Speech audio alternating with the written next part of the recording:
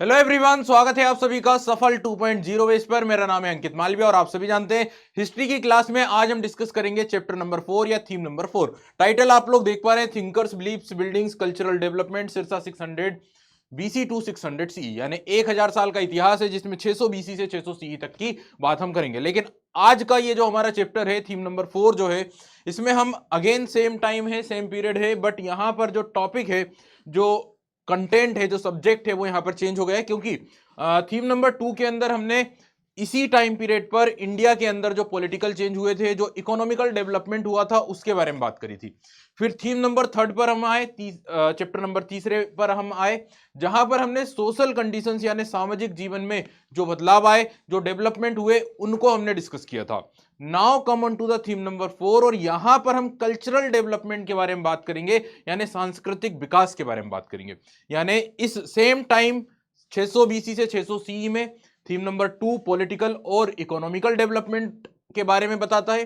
Theme number 3 social development या social changes के बारे में बताता है, और थीम नंबर जो 4 है वो कल्चरल डेवलपमेंट यानी सांस्कृतिक विकास के बारे में बताता है। तो आप लोगों को बातें समझ में आ गई होंगी। लेकिन हर एक जो एस्पेक्ट है उसको किसी खास फैक्ट के साथ, किसी खास नजरिए के साथ हमें पढ़ना है। तो यहां पर जो कल्चरल डेवलपमेंट है, हम किसके पॉइंट ऑफ व्यू के साथ पढ़ना शुरू करेंगे? तो यहां पर हम बात करेंगे थिंकर्स यानी जो विचारक होते हैं, जो दार्शनिक होते हैं, जो विद्वान होते हैं, एंड देन बिलीव्स यानी जो विश्वास है, एंड देन बिल्डिंग्स यानी जो इमारतें हैं। तो इन चीजों के माध्यम से जो कल्चरल डेवलपमेंट हुआ इस टाइम में, यानी जो सांस्कृतिक विकास हुआ, उसको हम समझेंगे। क्लियर? तो आप लोगों को चैप्टर क्लियर हो गया होगा। इससे पहले जो बाकी के चैप्टर्स में हमने पढ़ा वो भी आप लोगों को क्लियर हो गया होगा। तो आज से हम नया एक 4th या न्यू चैप्टर स्टार्ट कर रहे हैं। इससे पहले हम देख लेते हैं कि प्रीवियस सेशन में हमने किन किन चीजों को डिस्कस किया था। So first of all recap कर लेते हैं। प्रीवियस सेशन में हमने क्या पढ़ा था? हमने पढ़ा था थीम नंबर 3 हमारा चल रहा था, चैप्टर नंबर 3, और चैप्टर नंबर 3 जिसमें बंधुत्व, जाति और वर्ग, और जो सामाजिक या अर्ली सोसाइटीज, प्रारंभिक समाज, यानी टोटली सोशल जो चेंजेस थे, जो सोशल डेवलपमेंट हुए थे सेम टाइम में, सिरसा 600 बीसी से 600 सी के बीच में इंडियन सब कॉन्टिनेंट में, वही था। लेकिन अलग अलग एस्पेक्ट में हमने पढ़ा, जैसे किनशिप एंड मैरिज, विवाह और बंधुत्व, विवाह और बंधुत्व के कई सारे रूल्स और कई प्रकार की प्रथाएं। तो विवाह और बंधुत्व के कई सारे नियम और कई सारी प्रथाएं हमने पढ़ी थी। देन सोशल डिफरेंशिएशन यानी सामाजिक विषमताएं हमने डिस्कस करी थी, within and beyond the framework of caste. ये सारी की सारी सोशल कंडीशंस को शो करता है, सामाजिक स्थिति को दर्शाता है। तो जातिगत फ्रेमवर्क, जातिगत ढांचे के अंदर और बाहर में जो सोशल डिफरेंसेस थे, सामाजिक विषमताएं थी। देन बियॉन्ड द बर्थ यानी कि जन्म से परे, रिसोर्सेस एंड स्टेटस यानी संसाधन और प्रतिष्ठा किसके ऊपर डिपेंड करती है? बर्थ के ऊपर तो करती ही है, लेकिन बियॉन्ड द बर्थ यानी अब यहां पे जन्म एक फैक्टर नहीं है। जन्म को छोड़कर बाकी जो फैक्टर्स हैं जिसके बेसिस पर रिसोर्सेस और स्टेटस डिपेंड करता है, वो हमने यहां पर पढ़ा। And then explaining social differences, सामाजिक विषमताओं को एक्सप्लेन करना, और एक कॉन्ट्रैक्ट, एक अनुबंध, अ सोशल कॉन्ट्रैक्ट, एक सामाजिक अनुबंध, इस पर्टिकुलर टॉपिक को हमने डिस्कस किया।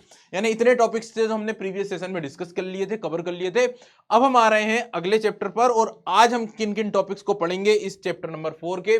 तो सबसे पहले इंट्रोडक्शन एंड सोर्सेस, जो भी सोर्सेस हैं इस चैप्टर को पढ़ने के, और इंट्रोडक्शन मतलब इस चैप्टर में हमें क्या पढ़ना है। बेसिक क्या पढ़ना वो तो मैंने आप लोगों को ऑलरेडी बता ही दिया है, कि जो भी कल्चरल डेवलपमेंट हुआ है और उनको भी हम थिंकर्स या जो फिलोसोफर्स हैं उनके पॉइंट ऑफ व्यू से समझेंगे। इसके अलावा इसमें क्या क्या सोर्सेस हैं, इस चैप्टर को समझने के लिए इतिहासकार किस प्रकार के सोर्सेस को यूज कर रहे हैं।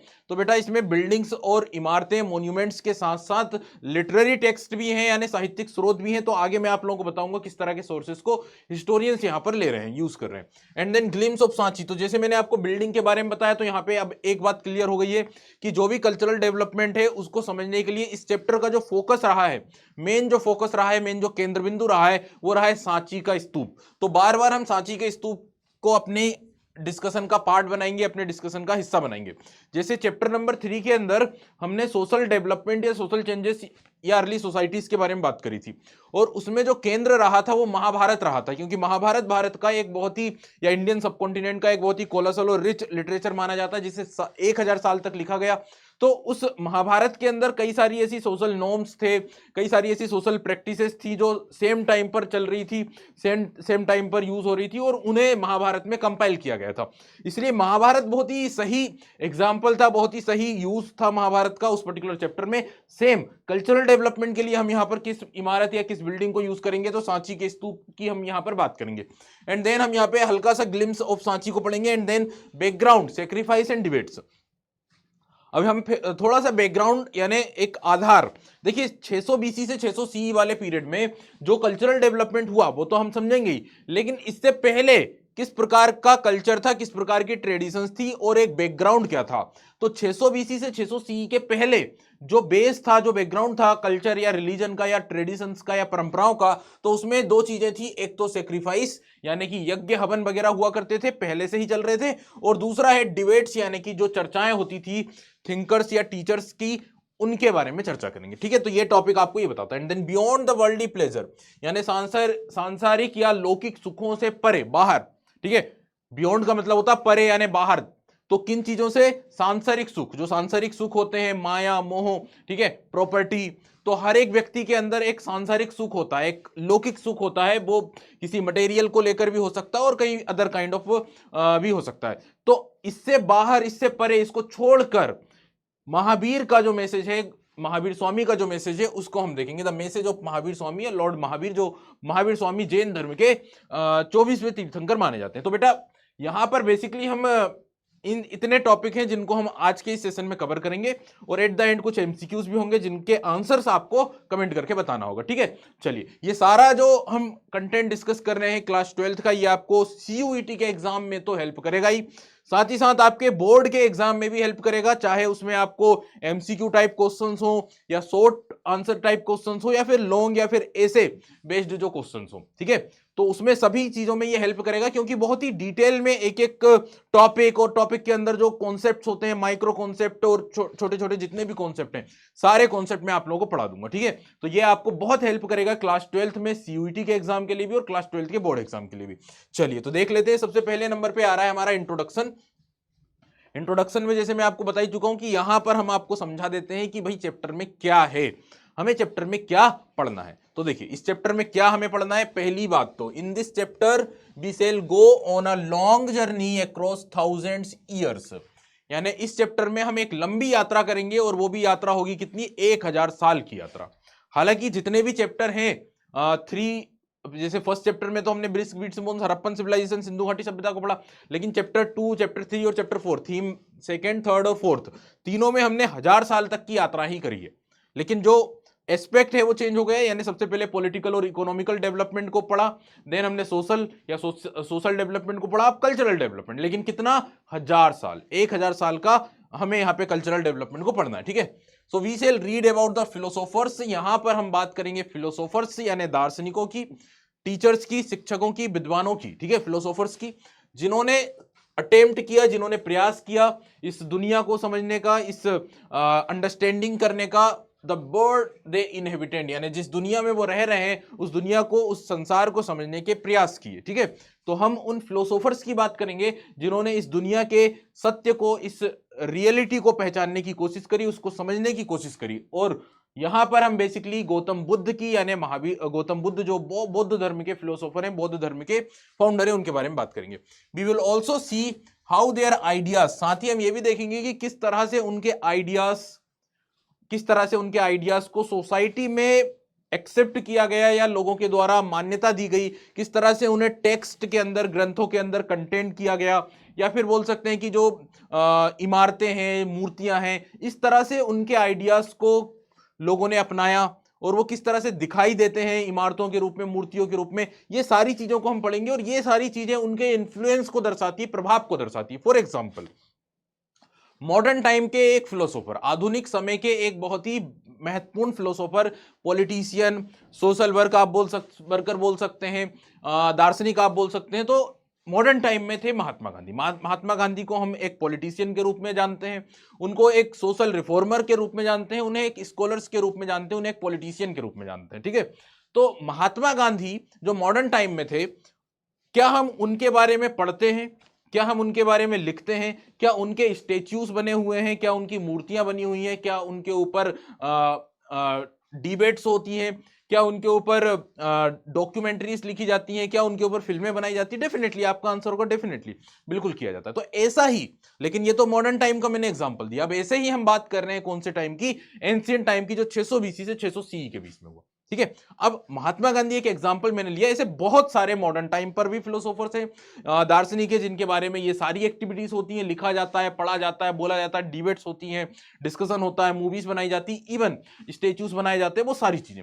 तो एज इट इज यहां पर हम बात करेंगे ऐसे फिलोसोफर्स की, और जिनके ऊपर डिबेट होती गई, जिनके ऊपर लिखा गया, उस समय पर लिखा गया, जिनके लिए मूर्तियां बनाई गई, जिनके लिए तरह तरह की चीजें हुई। तो ये जो फिलोसोफर्स हैं, अगर ये सब कुछ हुआ तो ये उनके इन्फ्लुएंस को दर्शाता है, समाज में उनके प्रभाव को दर्शाता है। जैसे महात्मा गांधी का जो प्रभाव है मॉडर्न टाइम पर या आज के समय पर, उसी तरह यहां पर आप कंपेयर कर सकते हैं। So we will also see how their ideas were compiled, किस तरह से उनके आइडियाज कंपाइल किए गए हैं ओरली, यानी मौखिक तौर पर उनकी बातें होती थी। ठीक है, लिखा गया है ग्रंथों में, उनको उनके बारे में बातों को लिखा गया है, as well as expressed in architecture, साथ ही साथ आर्किटेक्चर में, स्कल्पचर्स में, मूर्तियों में भी उन्हें उनकी आइडियाज को एक्सप्रेस किया गया।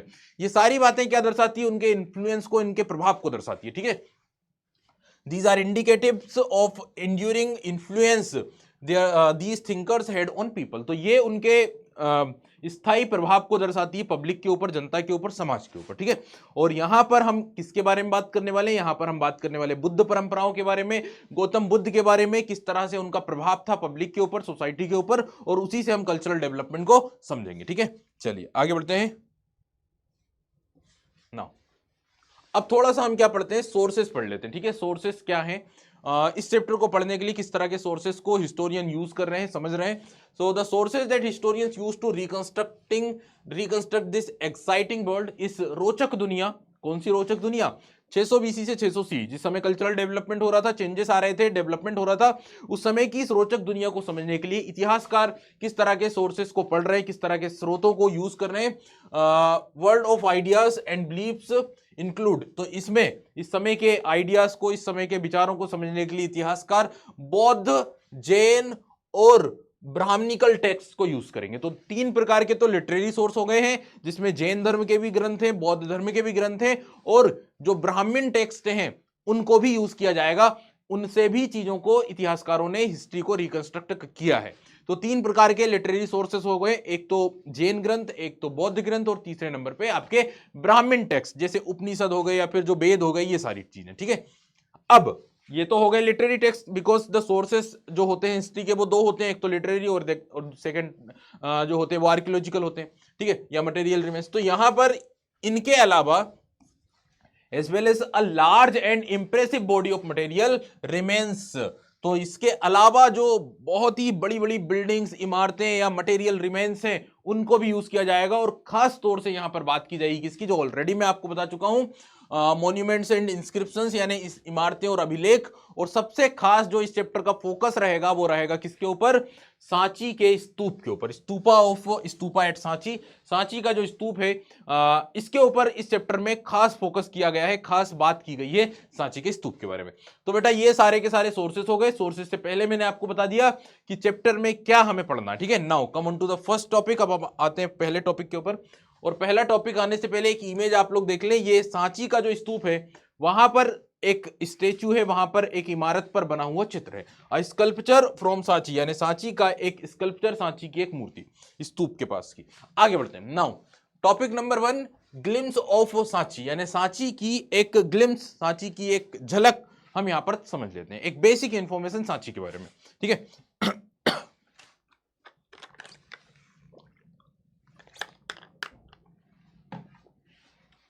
तो सबसे पहले सांची की एक झलक में हम यहां पर बात कर रहे हैं Sanchi in the 19th century, 19वीं शताब्दी में सांची। ठीक है, 19th सेंचुरी का मतलब आप लोग जानते हो 1800 टू 1900। चैप्टर में बात की जा रही है किस समय की, वो आप लोग जानते हो।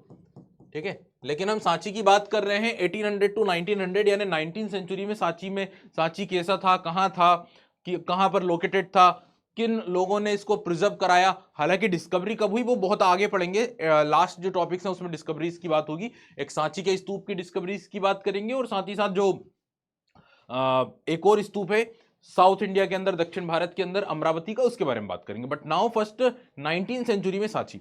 तो भाई सबसे पहले तो सांची जो है कहां पर है, तो सांची आता है मध्य प्रदेश में। जो राजधानी है मध्य प्रदेश की आज के समय वर्तमान में भोपाल, भोपाल जो राजधानी है उससे 20 माइल नॉर्थ ईस्ट की ओर ये एक सांची कनखेड़ा नाम से एक गांव आता है, एक विलेज आता है, वहां पर ये जगह है। और आई थिंक उस समय जब ये जो दौर चल रहा था 18 टू 19 सेंचुरी, 19 सेंचुरी का जब दौर चल रहा था, तो उस समय कोई स्टेट्स तो थे नहीं इस तरह से, राज्य या इंडिया इंडिपेंडेंट भी नहीं था, रिपब्लिक भी नहीं था, ब्रिटिश रूल था। तो उस समय रियासतें थी, उस समय क्या थी, रियासतें थी, और नवाब हुआ करते थे, कहीं पर राजा हुआ करते थे, कहीं पर कोई नवाब है, कहीं पर कोई हिंदू शासक है, कहीं पर कोई मुस्लिम शासक है। तो उस समय भोपाल जो थी एक रियासत थी और वहां पे नवाबों का शासन था, भोपाल के अंदर नवाब हुआ करते थे। तो भोपाल की जो रियासत थी उस समय की, उस रियासत की सबसे प्राचीनतम, सबसे एंशिएंट, सबसे अर्लीस्ट जो बिल्डिंग थी वो सांची का एक स्तूप ही था। ठीक है, उस समय पर जो भोपाल के अंदर रूल कर रही थी, या भोपाल जो राज्य था, रियासत थी, वहां की जो शासिका थी, जो नवाब थी, उनके नाम थे शाहजहां बेगम, सुल्तान जहां बेगम। तो यहां पर जो मैं आप लोगों को डिस्कस कर रहा हूं वो सुल्तान जहां बेगम और शाहजहां बेगम की द्वारा जो बुक लिखी गई है उसका एक हिस्सा है, उसका एक पार्ट है जो यहां पर डिस्कस किया जा रहा है। ठीक है, तो सुल्तान जहां बेगम या जो वहां की जो बेगमें थी उनकी बुक के अंदर से जो मेंशन पार्ट है वो यहां पर बताया गया है कि एक दिन जब वो सांची कनखेड़ा के बारे में वो इस तरह से बता रहे हैं कि भोपाल से 20 माइल नॉर्थ ईस्ट की ओर है। ठीक है, और ये एक प्रकार के का विलेज है सांची कनखेड़ा, एक गांव है। एक दिन वो जब यहां पर घूमने के लिए आई, एक बार वो जब वो लोग वहां पर घूमने के लिए निकले, तो वहां पर उन्हें कई सारी बहुत सारी ऐसी रोचक चीजें मिली, बहुत सारी इंटरेस्टिंग चीजें उनको यहां पर देखने को मिला। क्या चीजें उन्हें देखने को मिली, तो उन्हें सांची का जो स्तूप है, बुद्ध स्टेच्यू यानी बुद्ध की जो मूर्तियां हैं, देन एंशियंट गेटवे, प्राचीन जो तोरण द्वार हैं, जो गेट हैं, स्तूप के चारों तरफ 4 गेट होते हैं, ठीक है, चारों डायरेक्शन में, एंड स्टोन ऑब्जेक्ट्स, पत्थर के कई सारी वस्तुएं, आर्टफैक्ट्स, ठीक है, ये सारी चीजें उन्हें मिली। Were the special interest of to Europeans, और ये सारी चीजें यूरोपियंस के लिए बहुत ही ज्यादा इंटरेस्टिंग थी, बहुत ही ज्यादा रोचक थी। तो यूरोपियंस ट्राई कर रहे थे कि जैसे भी हो इन चीजों को वो अपने देश लेकर जाएं, अपने म्यूजियम में रखें और म्यूजियम में लोग उन्हें देखने आए। तो ये तो इंडिया में होता ही आया है, फॉरेनर्स या ब्रिटिशर्स के द्वारा खास तौर से इंडिया की कई सारी ऐसी चीजें हैं जिन्हें वो अपने देश में लेकर चले गए और वहां पर वो अपने म्यूजियम में रखकर आज काफी इनकम जनरेट कर रहे हैं। फॉर एग्जांपल कोहिनूर हीरा, और भी कई सारी चीजें, तो सबसे बड़ा एक एग्जांपल हो गया। इसके अलावा कई सारे भारत के ऐसे महान राजा थे जिनकी कई सारी ऐसी चीजें थी जो वो अपने साथ में लेकर चले गए, जैसे छत्रपति शिवाजी महाराज की तलवार, या फिर जो उनके हाथ का जो में जो वो हथियार रखते थे। ठीक है, इस तरह बहुत सारी चीजें, एक एग्जाम्पल मैंने आपको बताया। तो यहाँ पे देखिए वही कोशिश यहां भी कर रहे थे, यहां पर भी उनकी कोशिश थी कि भाई ये जो स्तूप है इसके आसपास की जो बहुत सारी चीजें हैं, जो तोरण द्वार है, इसको लेकर वो अपने साथ चले जाए, बहुत इंटरेस्ट था उनको। तो ये वो शासिका बताती है कि भाई यूरोप के जो दार्शनिक थे, विद्वान थे, फिलोसोफर, टीचर्स वगैरह जो थे, साइंटिस्ट लोग जो थे, वो बड़े इंटरेस्टेड थे सांची स्तूप को लेकर। इन्हीं में से एक व्यक्ति थे जिनका नाम अलेक्जेंडर कुनिंघम, बार बार हमने काफी बार पढ़ा अलेक्जेंडर कुनिंघम, इंडस वैली सिविलाइजेशन में भी पढ़ा था, सिंधु घाटी सभ्यता, ब्रिक्स बीट्स एंड बोन्स वाले चैप्टर में भी। तो उन्हीं में से एक व्यक्ति कौन है, अलेक्जेंडर कुनिंघम।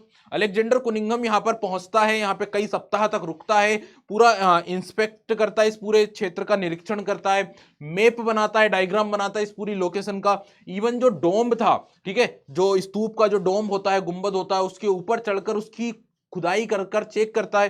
तो इस तरह से बहुत सारे काम उसने किए, और जो कुछ भी उसने निरीक्षण किया सांची के स्तूप का, उसके ऊपर उसने इंग्लिश में एक बुक भी लिखी थी। ठीक है, उसने एक बुक भी लिखी थी इंग्लिश में, सारी की सारी इस रिजल्ट के ऊपर। तो आप लोग देख रहे हैं अलेक्जेंडर कुनिंघम इंस्पेक्ट द रिमेन्स, सारे रिमेन्स को उसने निरीक्षण किया, जो भी चीजें वहां पर अवेलेबल थी उस दौर में। ये वही व्यक्ति है अलेक्जेंडर कुनिंघम जिसने 1861 में ASI archaeological survey of India का ये पहला चेयरमैन बना था, और यही पहला व्यक्ति है जिसने सिंधु घाटी सभ्यता के जो रिमेन्स थे, जो अवशेष थे, उनको पहली बार स्टडी भी किया था। हालांकि ये किसी कंक्लूजन पर नहीं पहुंच पाए थे। ठीक है, आगे बढ़ते हैं। इसके अलावा इन्होंने क्या किया, made drawings of the site, इन्होंने इस पूरे स्थान की ड्राइंग तैयार करी, ठीक है। एंड देन डेसिफर्ड इंस्क्रिप्शंस, अभिलेखों की भाषाओं को डेसिफर किया, उस स्क्रिप्ट को डेसिफर किया। And bored shafts down these domes, जो डोम था उसके बीचों बीच उसने खुदाई करके चेक करने की कोशिश करी। समझ गए? चलिए आगे बढ़ते हैं। नाउ तो ये तो मैंने आपको बता दिया कि बहुत सारे ऐसे विद्वान थे जो कोशिश कर रहे थे, उन्हीं में से एक नाम क्या आ गया, अलेक्जेंडर कुनिंगम। अब जो शासिका थी वहां की शाहजहां बेगम, ठीक है, शाहजहां बेगम, नवाब ऑफ भोपाल, जो भोपाल की नवाब थी शाहजहां बेगम, इन्होंने, इनका बड़ा बड़ा रोल रहा है सांची के स्तूप को प्रोटेक्ट करने में, प्रिजर्व करने में, सुरक्षित करने में। भोपाल के नवाब थी, जो शासिकाएं थी, उनका महत्वपूर्ण रोल रहा है, चाहे वो सुल्तान जहां बेगम हो, ठीक है, या शाहजहां बेगम हो। तो शाहजहां बेगम, नवाब ऑफ भोपाल, इनकी एक बुक है जिसका नाम है ताजुल इकबाल तारीख भोपाल, और जो कुछ भी अभी थोड़ी देर पहले हमने डिस्कस किया वो उनकी इस बुक से ही लिया गया था, ठीक है, उनकी इस बुक से ही का ही एक पार्ट था जो मैंने अभी आप लोगों को बताया। आगे बढ़ते हैं। तो बेटा यहां तक की तो हमने बातों को समझा, एक ग्लिम्स ऑफ सांची। अब आगे बढ़ते हैं। Attempt to take archives to our country, तो यहां पे थोड़ी देर पहले मैंने बताया कि यूरोपियंस जो थे वो इस स्तूप या इस जगह को लेकर बहुत इंटरेस्टेड थे, बहुत आकर्षित थे, और वो ट्राई कर रहे थे कि ये जो गेटवेज हैं ईस्ट में, पूर्व के स्तूप के चारों तरफ जो गेट्स होते हैं, तो उनमें से एक जो गेट बहुत ही अच्छी कंडीशन में जो था उसको वो अपने देश में लेकर जाना चाह रहे थे, ठीक है। ये ट्राई किया फ्रांसीसियों ने, ब्रिटिशर्स ने, उन्होंने वहां की जो शासिका थी उनको रिक्वेस्ट करा, उनको लिखा कि हम ये चाहते हैं कि हम इन गेट्स को अपने देश में लेकर जाएं, अपने म्यूजियम में रखें, ठीक है। तो ये कोशिशें की, लेकिन बहुत ही समझदारी से, बहुत ही वाइस डिसीजन लिया गया, और उन्हें जो सीमेंट के जो कॉपीज होते हैं वो उस चीज से ही सेटिस्फाई हो गए। तो प्लास्टर कास्ट बना दिया गया उसी तरह का स्कल्पचर गेटवेज का, ओरिजिनल अपने यहीं पे है, लेकिन उसका एक कॉपी बना दिया गया है प्लास्टर से, और वो उसी से सेटिस्फाई हो गए और उसी को लेकर चले गए, ठीक है। तो हमारा जो ओरिजिनल था वो हमारे देश में बना रहा, ठीक है, सुरक्षित रहा। तो कम से कम इस चीज को हम सुरक्षित रख पाए, तब तक लोगों के अंदर या इंडियंस के अंदर अवेयरनेस आ गई होगी, क्योंकि बहुत सारी चीजें हैं जो वो पहले से ले जा चुके थे, हमारी अवेयरनेस उस समय पर नहीं रही होगी, और वो उन चीजों को लेकर चले गए। हम जैसे अमरावती के बारे में पढ़ेंगे, आगे एक और स्तूप हम डिस्कस करेंगे, अमरावती का स्तूप जो साउथ इंडिया में आता है। तो अमरावती के स्तूप के केस में ये देखा गया कि जो ऑफिसर्स थे वो बहुत सारी चीजों को वहां से लेकर चले गए, अपने साथ में लेकर चले गए, और वो यूरोप तक पहुंच गई, ठीक है। लेकिन सांची के केस में ऐसा नहीं हुआ, क्योंकि उस समय तक अवेयरनेस आ गई होगी, उस समय तक लोग जागरूक हो गए होंगे, या कुछ भाग्य भी था, कुछ ऐसी लकीनेस भी थी सांची के स्तूप के साथ में कि वो बच गया, ठीक है। तो 19th सेंचुरी के जो यूरोपियंस थे were very interested in the stupa at Sanchi के स्तूप को लेकर बड़े इंटरेस्टेड थे वो लोग।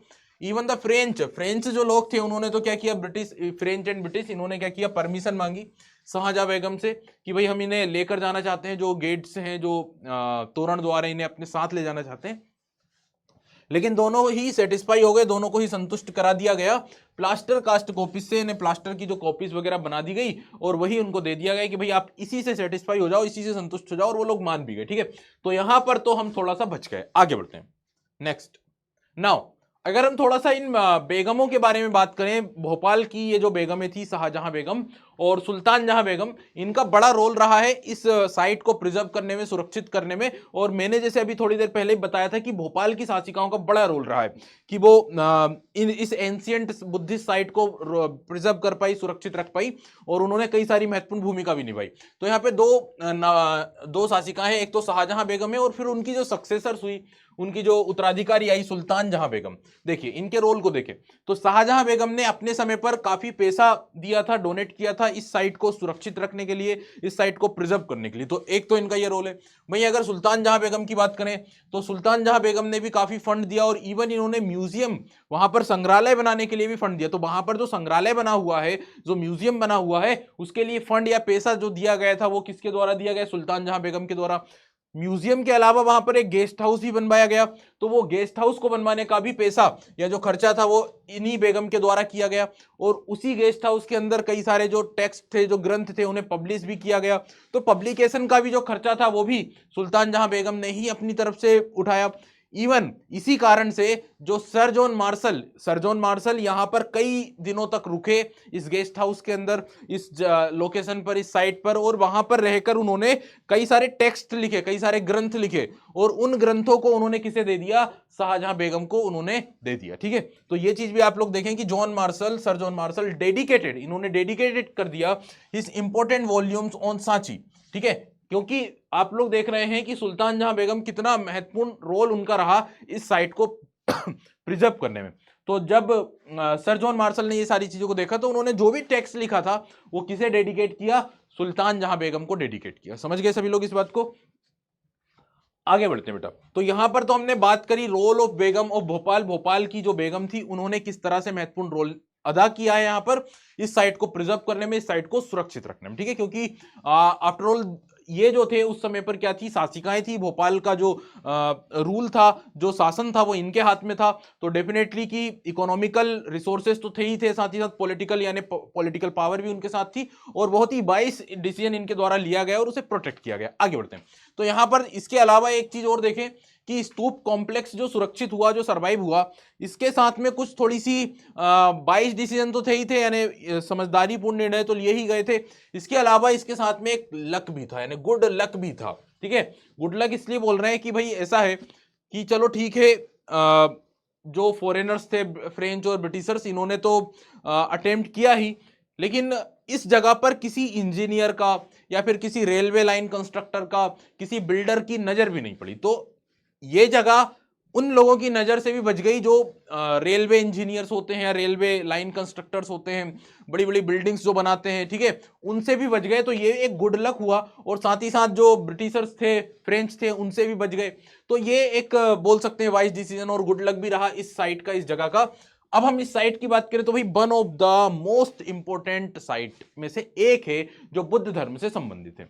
इसकी स्टडी करके हम अर्ली बुद्धिज्म, यानी जब बुद्ध धर्म स्टार्ट हुआ, यानी प्रारंभिक जो बुद्ध धर्म है उसके बारे में अच्छे से जान सकते हैं, समझ सकते हैं। और आज के समय ये जो जगह है, ये जो साइट है, ये आर्कियोलॉजिकल सर्वे ऑफ इंडिया यानी एएसआई की देखरेख में, उसकी प्रोटेक्शन में बहुत ही सिस्टमेटिक तरीके से प्रिजर्व की गई है। तो ये एक उदाहरण हो गया, एग्जांपल हो गया। ठीक है, so one of the most important Buddhist centre, ये एक बहुत ही महत्वपूर्ण बुद्ध केंद्र है, बौद्ध धर्म से संबंधित सेंटर है। ठीक है, द डिस्कवरी ऑफ सांची, जो सांची की डिस्कवरी हुई है, has vastly transformed our understanding of early Buddhism.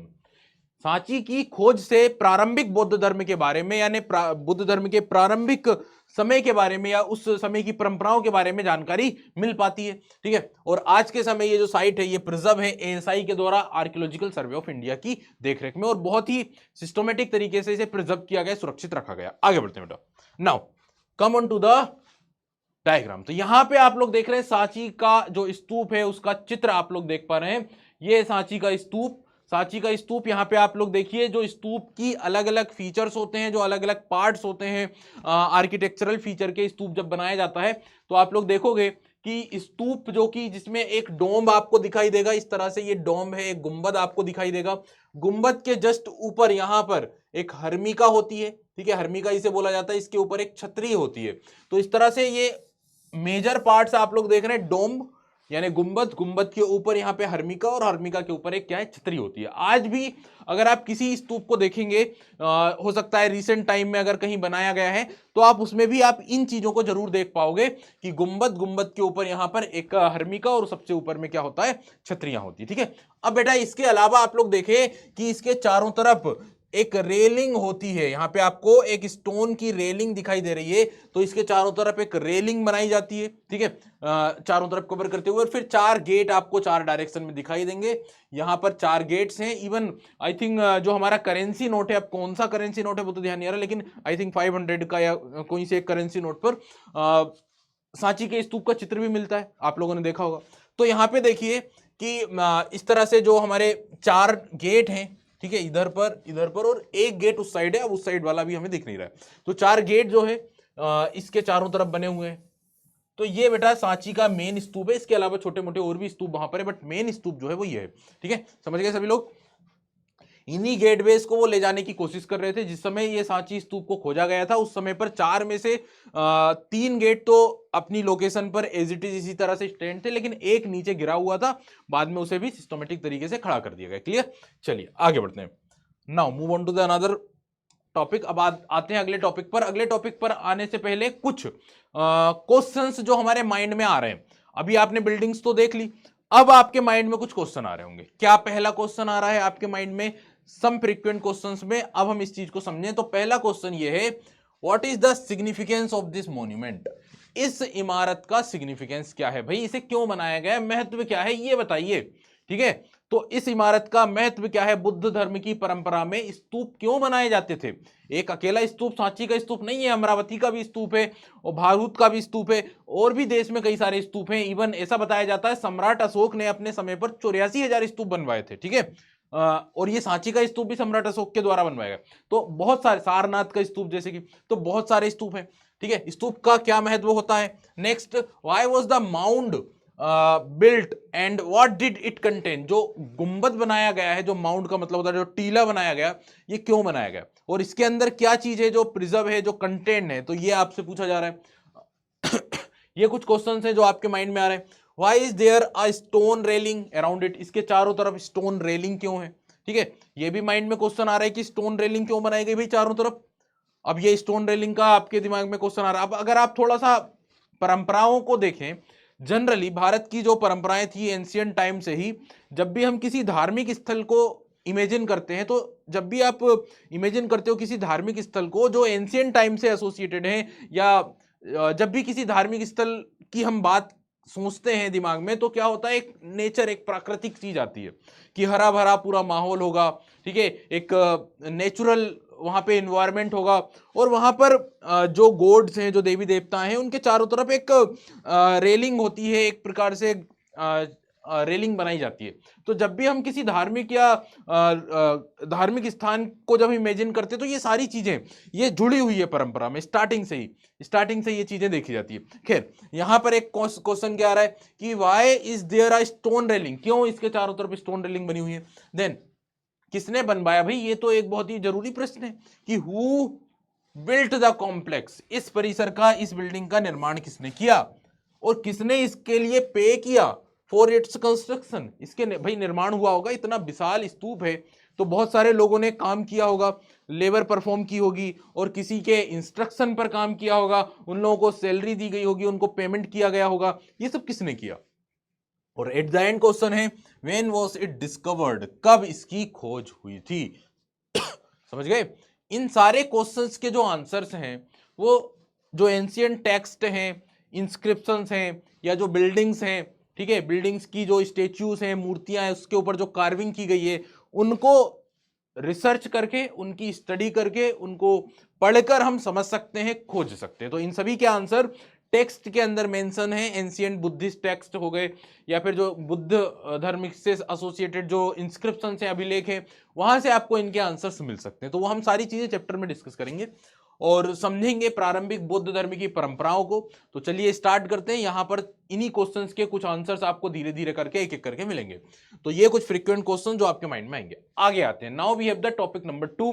तो टॉपिक नंबर 2 में हम लोग यहां पर देखेंगे द बैकग्राउंड, यानी एक आधार। ठीक है, एक बैकग्राउंड की, पृष्ठभूमि की बात करेंगे। और पृष्ठभूमि में दो चीजें हैं, एक तो सेक्रीफाइसेस और दूसरा है डिबेट्स। डिबेट्स का मतलब होता है चर्चाएं, और सेक्रीफाइसेस का मतलब यहां पर होता है यज्ञ। ठीक है, चलिए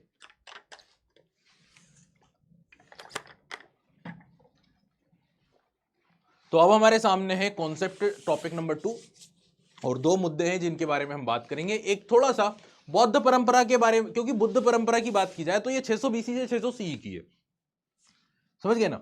तो हम थोड़ा सा बैकग्राउंड की बात करें। बैकग्राउंड कौन सा? इससे भी पहले का। इससे भी पहले क्या था? तो सिंधु घाटी सभ्यता पे नहीं जाना है। सिंधु घाटी सभ्यता और इस टाइम को जब हम 600 बीसी 600 सी को पढ़ रहे हैं, इसके बीच में क्या रहा? इसके बीच में वैदिक परंपरा रही। ठीक है, वैदिक पीरियड रहा, जिस समय पर ऋग्वेद और बाकी के जो वेद हैं जैसे यजुर्वेद, सामवेद, अथर्ववेद, इनको कंपाइल किया गया। ब्राह्मण्स का काफी ज्यादा रोल था, ब्राह्मण्स का काफी ज्यादा इन्फ्लुएंस था, और ट्रेडिशंस में, परंपराओं में, रिचुअल्स में ब्राह्मण्स का काफी ज्यादा इन्फ्लुएंस रहा। तो ये जो पीरियड था, ठीक है, इस पीरियड में किस तरह से चीजें होती थी और क्या हमें खास तौर से देखना है सेक्रीफाइस यानी यज्ञ और डिबेट्स यानी चर्चाओं की बात करना, ठीक है। तो थोड़ा सा बैकग्राउंड समझते हैं, थोड़ा सा बेस समझते हैं। और बेस में आप लोग देखें कि पहली बात तो ये कि भाई जब आप मिड फर्स्ट मिलेनियम बीसी की बात करते हो, मिड फर्स्ट मिलेनियम बीसी का मतलब यहां पे बता देता हूं। देखिए मिड फर्स्ट मिलेनियम बीसी का मतलब होता है कि 1000 बीसी तो आप लोग समझ ही गए, ठीक है। यानी ये हो गया first millennium BC, first millennium BC, प्रथम सहस्त्राब्दी ईसा पूर्व। अब इसके बात हो रही है क्या, किस चीज की बात हो रही है, मिड की। मिड का मतलब हो गया बीच की। तो मिड फर्स्ट मिलेनियम बीसी का मतलब हो गया 500 बीसी। तो लगभग लगभग 500 बीसी, ठीक है। 500 600, तो हम तो यहाँ पे 600 की बात करें तो 600 से 500, लगभग लगभग 500 से 600 बीसी की बात हो रही है। तो 500 से 600 बीसी यानी फर्स्ट मिलेनियम बीसी का जो मिड पार्ट था, जो मिड पीरियड था, इस समय पर दुनिया भर में, ना सिर्फ इंडिया में, दुनिया भर में कई सारे स्कॉलर्स हुए, कई सारे दार्शनिक हुए। तो ये चीज आपको समझना है कि ये जो टाइम है, ये टाइम क्या करता है, इंडिकेट करता है, ये टाइम क्या करता है, इस समय पर क्या हुआ था, दुनिया भर में कई सारे फिलोसोफर्स हुए, कई सारे क्या हुए, इन्फ्लुएंसिव लोग हुए, कई सारे दार्शनिक लोग हुए। So this period is indicating that in the entire world many scholars, कई सारे विद्वान इस समय पर आए थे, ना सिर्फ इंडिया में, दुनिया भर में। अब भाई उनमें से अलग अलग अगर हम बात करें तो इसी समय पर चीन के अंदर, कहां पर, चाइना में, इसी समय पर चाइना में एक विद्वान हुए जिनका नाम था कन्फ्यूशियस। कन्फ्यूशियस, आज भी बुद्ध धर्म में कई लोग हैं जो कन्फ्यूशियस रिलीजन या मान्यताओं को मानते हैं। कन्फ्यूशियस रिलीजन जो कि कन्फ्यूशियस नामक व्यक्ति ने स्टार्ट किया। इसी के अलावा अगर हम ईरान की बात करें तो ईरान में इस समय पर एक फिलोसोफर आए जिनका नाम जरथुष्ट्र था, ठीक है। तो ईरान के अंदर जरथुष्ट्र आए और ईरान की के अंदर जो पारसी धर्म था, जो पारसी परंपराएं थी, उसे बहुत ज्यादा क्या किया, सिस्टमेटिक किया, मैनेज किया, रेगुलेट किया, किसने, जरथुष्ट्र ने। तो जरथुष्ट्र आए ईरान के अंदर फिलोसोफर। अगर हम इसी समय ग्रीक या यूनान की बात करें, अगर हम इसी समय यूनान की बात करें तो यूनान में इस समय पर कई सारे फिलोसोफर्स हुए, जैसे सुकरात, सुकरात, प्लेटो, अरस्तु, इन लोगों के बारे में आपने सुना होगा। तो प्लेटो हुए, सबसे पहले सुकरात, उनके जो शिष्य हुए प्लेटो, फिर उनके शिष्य हुए सुकरात, अरस्तु। और अरस्तु के शिष्य कौन थे, सिकंदर थे, जिसने पूरी दुनिया या एक मेजर पार्ट जो है वर्ल्ड का उसको कॉन्कर किया। तो ये चीजें हैं इस समय पर, ना सिर्फ इंडिया में, चाइना, ईरान, ग्रीक। इसके अलावा अगर अब हम इंडिया की बात करें तो इंडिया भी भाई अलग नहीं है। और इंडिया में तो सबसे महान जो फिलोसोफर्स या विद्वान हुए उनमें आप लोग जानते हैं महावीर स्वामी हुए, गौतम बुद्ध हुए, और भी कई सारे हुए। इनके अलावा और भी कई सारी परंपराएं इंडिया में इस पीरियड में इमर्ज हो रही थी, डेवलप हो रही थी। तो गौतम बुद्ध और महावीर स्वामी सबसे इंपॉर्टेंट है, भगवान बुद्ध और भगवान महावीर स्वामी। लेकिन इनके अलावा और भी कई सारे ऐसे फिलोसोफर्स, टीचर्स, थिंकर्स थे जो इस टाइम पीरियड से एसोसिएटेड थे, इंडिया में डेवलप हुए थे, ओरिजिनेट हुए थे। चलिए आगे बढ़ते हैं। तो ये पीरियड क्या इंडिकेट करता है, ये पीरियड इंडिकेट करता है एक टर्निंग पीरियड है ये, जिस समय दुनिया में कई सारे विद्वान फिलोसोफर्स हुए, ठीक है। Turning point in world history, ना सिर्फ इंडियन हिस्ट्री, ठीक है, ये वर्ल्ड हिस्ट्री की बात हो रही है। इस समय पर इंडिया में आप लोग जानते हो सेम टाइम को हम ऑलरेडी कवर कर चुके हैं चैप्टर नंबर 2 में, चैप्टर नंबर 3 में। चैप्टर नंबर 2 में हमने देखा कि इस समय पर भारत में नए नए राज्य, नए नए नगर डेवलप हो रहे थे, गंगा की घाटियों में, गंगा के मैदानों में महाजनपदें इमर्ज हो रही थी, पॉलिटिकल चेंजेस आ रहे थे और सोशल, सामाजिक बदलाव आ रहे थे, ठीक है। तो ये जो पॉलिटिकल और सोशल चेंजेस हो रहे थे, इन्हीं चीजों को ही तो ये फिलोसोफर्स क्या कर रहे हैं, समझने की कोशिश कर रहे हैं। तो आप लोग देखो कि ये तो मैं आपको बता ही चुका हूं कि जरथुष्ट्र जो थे ईरान में थे, कोंगजी इन चाइना, जिनको हमने थोड़ी देर पहले देखा, इनको ही कन्फ्यूशियस बोल सकते हैं। एंड देन सुकरात, प्लेटो, अरस्तु, Aristotle in Greek. Then India की बात करें, महावीर स्वामी, भगवान बुद्ध और भगवान Mahavir Swami, among many others in India. तो इसके इनके अलावा भी भारत में और भी कई सारे फिलोसोफर्स थे। चलिए आगे बढ़ते हैं। They try to understand. अब ये जो विद्वान लोग थे, जो फिलोसोफर्स लोग थे, ये ट्राई कर रहे थे, समझने की कोशिश कर रहे थे। क्या समझने की कोशिश कर रहे थे ये लोग? समझने की कोशिश कर रहे थे मिस्ट्रीज ऑफ एग्जिस्टेंस, यानी ये जो मिस्ट्री है, ठीक है, एग्जिस्टेंस की, कि हम लोग एग्जिस्ट कर रहे हैं दुनिया में, इसके पीछे की जो मिस्ट्री है उसको समझने की कोशिश कर रहे हैं। इसके अलावा मानव और इस वर्ल्ड, इस कॉस्मिक ऑर्डर यानी इस दुनिया के बीच के संबंधों को समझने की कोशिश कर रहे हैं। तो ये जो फिलोसोफर्स हैं ये कोशिश करते हैं, समझते हैं, अटेम्प्ट करते हैं, समझाते हैं लोगों को कि भाई मानव और दुनिया के बीच में क्या संबंध है, इस एग्जिस्टेंस के पीछे जो मिस्ट्री है, ठीक है, इन चीजों को समझने के प्रयास कर रहे हैं, लोगों को समझाने के प्रयास कर रहे हैं। इसी समय पर इंडिया में पॉलिटिकल चेंज हो रहा है, सोशल चेंज हो रहा है, इसी समय पर गंगा की घाटियों में नए नए राज्य बन रहे हैं, महाजनपद बन रहे हैं, और ये जो इंडिया के फिलोसोफर्स हैं वो इन चेंजेस को भी समझने की कोशिश कर रहे हैं। चलिए आगे बढ़ते हैं। तो ये वाला पॉइंट क्लियर हुआ था बैकग्राउंड में, सबसे पहले तो हमने ये देख लिया। अब बेटा 2.1 पे आते हैं, और 2.1 में हमारे सामने है द सेक्रीफिशियल ट्रेडिशंस। ठीक है, दो चीजें थी, सेक्रीफाइस और दूसरा डिबेट्स। तो सबसे पहले सेक्रीफिशियल ट्रेडिशंस की बात करेंगे, यानी यज्ञ से संबंधित परंपराएं। ठीक है, यज्ञ से संबंधित परंपराएं, तो वही क्योंकि हम बैकग्राउंड पढ़ रहे हैं, आप लोगों को मैंने जैसे बताया there were several pre existing traditions. तो ये जो टाइम है 600 BC से 600 CE,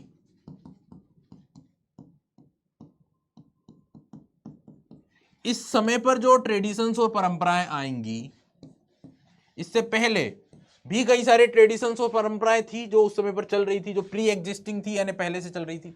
so there were several pre existing traditions, और धर्म में, मान्यताओं में, विश्वास में, प्रैक्टिस में थी। ठीक है, through the religious beliefs and practice, धार्मिक मान्यताओं में और प्रथाओं में ये चीजें शामिल थी। ठीक है, जैसे कि हम बात करें द अर्ली वैदिक ट्रेडिशंस, प्रारंभिक वैदिक परंपरा। प्रारंभिक वैदिक परंपरा जो 1500 से 1000 BC का पीरियड माना जाता है। अर्ली वैदिक ट्रेडिशंस जो 1500 से लेकर 1000 BC वाला पीरियड है। तो ये जो अर्ली वैदिक ट्रेडिशन था, जो प्रारंभिक वैदिक परंपरा थी, जिसमें ऋग्वेद को कंपाइल किया गया। इस समय पर क्या हुआ बेटा, इस समय पर ऋग्वेद को कंपाइल किया गया था, और ऋग्वेद जो टेक्स्ट है, जो ग्रंथ है, जो धार्मिक ग्रंथ है, इस ग्रंथ के अंदर कई सारे जो देवी देवता थे, जैसे इंद्र, अग्नि, वरुण, वायु, इन देवी देवताओं की स्तुतियां, उनकी प्रशंसाएं की गई, उनके प्रेस में बातों को या स्तुतियों को, टेक्स्ट को, वर्सेस को लिखा गया। तो ऋग्वेद एक ऐसा टेक्स्ट है जिसमें देवी देवताओं की प्रशंसा या उनकी स्तुतियां की गई, और उनके सम्मान में उन मंत्रों को पढ़ा जाता था वाइल ऑर्गेनाइजिंग सेक्रीफाइस। जब भी यज्ञ हवन वगैरह होते थे तो इन देवी देवताओं के मंत्र को उनकी स्तुति के लिए पढ़ा जाता था, गाया जाता था। ठीक है, तो इस समय पर जो ट्रेडिशन था वो क्या था, ऋग्वेदिक ट्रेडिशंस में इस समय पर ऋग्वेद का कंपाइल हुआ, और इस टेक्स्ट में देवी देवताओं की स्तुति के लिए मंत्र लिखे गए। ठीक है, बातें बताई गई, और जब भी यज्ञ होते थे, जब भी सेक्रीफाइसेस होते तो देवी देवताओं को प्रसन्न करने के लिए उनकी प्रसन्नता में मंत्रों को पढ़ा जाता था। ठीक है, इसके पीछे का कारण था कि भाई लोग अपने आप को वेलफेयर रखना चाह रहे थे, अपने स्वास्थ्य को, अपनी हेल्थ को अच्छा रखना चाह रहे थे, अपने आप को पावरफुल बनाना चाह रहे थे। तो अपने फैमिली के जो लोग हैं, मान लो अपने बच्चे हैं, अपनी फैमिली के जो मेंबर्स हैं, उनका स्वास्थ्य सही रहे। तो ये कुछ ऐसी रिक्वायरमेंट्स थी जिसकी वजह से लोग क्या करते थे, सेक्रीफाइसेस करते थे। और सेक्रीफाइस में क्या किया जाता था, तो देवी देवताओं के स्तुतियां गाई जाती थी, मंत्र पढ़े जाते थे, जो ऋग्वेद के अंदर अलग अलग देवी देवताओं की स्तुति में किया गया था। बेटा ये जो पीरियड था ना, ये वाला जो पीरियड था, इस समय पर यज्ञ जो होते थे वो कंबाइंड रूप से होते थे, यानी सब लोग मिलकर करते थे। ठीक है, लेकिन जब हम आते हैं कौन से पीरियड में, इसके बाद वाला जो पोस्ट वैदिक पीरियड आता है, यानी 1000 से लेकर आपका 600 BC तक का पीरियड, ये वाला जो पीरियड था जिसे हम क्या बोलते हैं, पोस्ट वैदिक। ये तो ऋग्वेदिक पीरियड है, इसके बाद आता पोस्ट वैदिक पीरियड। और ये जो पोस्ट वैदिक पीरियड है, यहां पर जो यज्ञ थे, जो सेक्रीफाइसेस थे, वो इंडिविजुअल लेवल पर होने लगे, यानी लोग अपने घरों पर यज्ञ कराने लगे, जिसमें खास तौर से जो इन्फ्लुएंसिव लोग हैं, बड़े लोग, अमीर लोग, या फिर राजा महाराजाओं के द्वारा यज्ञ होने लगे। और अब कुछ जो बड़े बड़े यज्ञ होते हैं, जैसे राजसूय यज्ञ करना, या फिर राजसूय यज्ञ, इसके अलावा एक और टाइप का जो यज्ञ होता है जो आपने अश्वमेघ यज्ञ, तो अश्वमेघ यज्ञ, राजसूय यज्ञ, इस तरह के बहुत ही इलोबरेटेड जो सेक्रीफाइसेस थे वो इस समय परफॉर्म होने लगे, और कम इंडिविजुअल लेवल पर होने लगे। और अब यज्ञ करवाने में जो ब्राह्मण्स थे, जो पुरोहित थे, उनका बहुत ज्यादा इंपॉर्टेंस हो गया, उनका बहुत ज्यादा महत्व हो गया। यानी अब इन यज्ञ को परफॉर्म करने के लिए व्यक्ति को डिपेंड करना पड़ेगा किसके ऊपर, ब्राह्मण्स के ऊपर या फिर पुरोहितों के ऊपर। तो बेटा ये पहले से चल रहा था, ये परंपराएं, जो यज्ञ की जो परंपरा थी, ये पहले से चल रही थी। इस समय पर कंबाइंड रूप से होता था, इस समय पर इंडिविजुअल लेवल पर होने लगा। कुछ बड़े बड़े यज्ञ भी आ गए, जैसे राजसूय यज्ञ इस समय पर होने लगे, और साथ ही साथ जो अश्वमेध यज्ञ थे वो किए जाने लगे। ब्राह्मण्स और पुरोहितों का महत्व हो गया, क्योंकि उन्हीं के द्वारा यज्ञ परफॉर्म किए जा रहे थे। तो ये सारी चीजें थी यहां पर जो मैंने आप लोगों को बताया, प्री एग्जिस्टिंग कल्चर्स में, प्री एग्जिस्टिंग परंपराओं में, रिचुअल्स में जो चल रहे थे। ठीक है, आगे बढ़ते हैं। नाउ 2.2 न्यू क्वेश्चंस यानी नए प्रश्न। ठीक है, 2.2 में क्या पढ़ेंगे? न्यू क्वेश्चंस यानी नए प्रश्न। अब देखिए यहां तक की चीजें आप लोगों ने देखी, अब नए प्रश्न न्यू क्वेश्चंस की बात करें। देखिए many ideas found in the Upanishad. Upanishad देखिए हमने वेदों की बात कर ली, ऋग्वेद, यजुर्वेद, सामवेद, अथर्ववेद। वेदों के ऊपर कई सारे और भी ग्रंथ लिखे गए। ठीक है, वेदों के ऊपर कई सारे ग्रंथ लिखे गए जिसमें वेदों का जो नॉलेज है, वेदों की जो बातें हैं उनको एक्सप्लेन किया गया। उनको क्या किया गया? एक्सप्लेन किया गया, उनको समझाया गया है और इजी किया गया। ठीक है, वेदों के अंदर अगर किसी व्यक्ति का उल्लेख है तो उसको और ज्यादा एक्सप्लेन किया गया है। कहां पर? दूसरे ग्रंथों में। इन दूसरे ग्रंथों को बोला जाता है जैसे कि उपनिषद है, ठीक है, वेदांग है, ब्राह्मण टेक्स्ट यानी ब्राह्मण ग्रंथ हैं, अरण्यक हैं। तो बेटा वेदों के अलावा जो ग्रंथ हैं जो वेदों से ही जुड़े हुए हैं, एसोसिएटेड हैं, इसमें क्या क्या चीजें आती हैं? इसमें आते हैं आपके उपनिषद, इसमें आते हैं अरण्यक, इसमें आते हैं आपके वेदांग, इसमें आते हैं आपके ब्राह्मण टेक्स्ट, ब्राह्मण ग्रंथ और उपवेद। इस तरह से कई सारे ऐसी चीजें हैं या ग्रंथ हैं जो वेदों से ही एसोसिएटेड हैं, जो वेदों से ही जुड़े हुए हैं। ठीक है, जो वेदों को और ज्यादा एक्सप्लेन करते हैं। और इन टेक्स्ट को, इन ग्रंथों को बहुत बाद में कंपाइल किया गया, बहुत बाद में लिखा गया। यानी वेदों को तो आप लोग जानते हो कि ओरली उनका जो ट्रेडिशंस था वो ऋग्वेदिक और पोस्ट वैदिक पीरियड में था। ऋग्वेदिक पीरियड में ऋग्वेद और पोस्ट वैदिक पीरियड में बाकी के 3 वेद थे। लेकिन अब इस समय पर जब हम आ रहे हैं, जब हम इस पीरियड में आ रहे हैं 600 बीसी 600 सी, तो वेदों से एसोसिएटेड बाकी के जो टेक्स्ट थे वो भी कंपाइल हुए। जैसे उपनिषद है, अरण्यक है, ब्राह्मण टेक्स्ट हैं, उपवेद हैं, वेदांग हैं, इन्हें कंपाइल किया गया। तो अब यहां पे उपनिषदों की बात हो रही, किसकी बात हो रही? उपनिषदों की बात हो रही है। और उपनिषदों से आप लोगों को एक पॉइंट यहां पर निकल के आ रहा है कि many ideas found in the Upanishads. उपनिषदों में बहुत सारे ऐसे आइडियाज फाउंड हुए हैं, ऐसी चीजें पता चली हैं। देखिए ये कब लिखा गया है? तो सिरसा 600 बीसी के ऑनवर्ड्स, यानी उसके बाद इसे लिखा गया था उपनिषदों को। तो यहां पे बात हो रही है कि मेनी आइडियाज फाउंड इन दी उपनिषद में बहुत सारे ऐसे आइडियाज फाउंड होते हैं, मिलते हैं। सोच दैट पीपल वर क्यूरियस, जिनसे पता चलता है कि लोग बहुत ज्यादा क्यूरियस थे, लोग बहुत ज्यादा उत्सुक थे कुछ चीजों को जानने के लिए। किन चीजों को जानने के लिए? मीनिंग ऑफ लाइफ, जीवन का अर्थ क्या होता है। ठीक है, द पॉसिबिलिटी ऑफ लाइफ, क्या मृत्यु के बाद पुनर्जन्म होता है? क्या मृत्यु के बाद रीबर्थ होती है? क्या मृत्यु के बाद जीवन की पॉसिबिलिटी है, संभावना है? क्या पुनर्जन्म जो है, रीबर्थ जो है, वो हमारे कर्म के ऊपर डिपेंड करता है? ठीक है, इस तरह के कई सारे क्वेश्चंस थे जिनको लेकर लोग बहुत क्यूरियस थे। और ये बात पता चलती है कहां से? उपनिषदों से, क्योंकि उपनिषद उस समय कंपाइल हुआ जिस टाइम को हम पढ़ रहे हैं, 600 बीसी 600 सी के वाले पीरियड में। तो यहां से पता चलता है कि भाई लोग बहुत ज्यादा क्यूरियस थे। ठीक है, लोग बहुत ज्यादा क्या थे? क्यूरियस थे। अब बात आती है किसकी? इस तरह के जो मुद्दे थे उसके ऊपर बहुत ज्यादा हॉटली डिबेट हुआ करती थी, बहुत ही गर्म वाद विवाद होता था। ठीक है, जो टीचर्स हैं, जो थिंकर्स हैं, जिनके बारे में, फिलोसोफर्स हैं जिनके बारे में हम बात करेंगे, वो लोग इन मुद्दों पर काफी ज्यादा डिबेट किया करते थे, डिस्कशन किया करते थे, वाद विवाद होता था, चर्चाएं होती थी। ठीक है, ये बात क्लियर हो गई। अब ये जो थिंकर्स हैं, जो टीचर्स हैं, जिनके बारे में हम बात करेंगे, महावीर स्वामी, गौतम बुद्ध और भी कई सारे लोग, तो ये जो थिंकर्स थे ये क्या कर रहे थे? इस तरह के जो प्रश्न है, इस तरह के जो क्वेश्चन है, इनको लोगों को एक्सप्लेन कर रहे हैं, इनको समझने की कोशिश कर रहे हैं और एक्सप्रेस कर रहे हैं।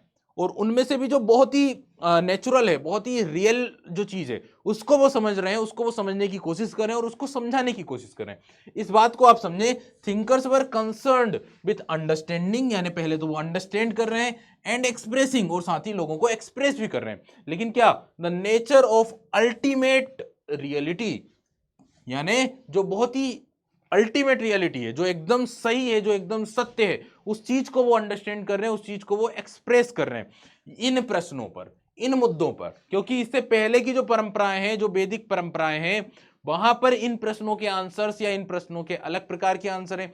लेकिन अब 600 बीसी से 600 सी के बीच के जो थिंकर्स हैं वो इन चीजों को समझ रहे हैं और जो मोस्ट नेचुरल रूप से या मोस्ट क्या है, अल्टीमेट रियलिटी है, उसको वो अंडरस्टैंड कर रहे हैं, उसको वो एक्सप्रेस कर रहे हैं लोगों को। ठीक है, बात समझ में आ गई आप लोगों को?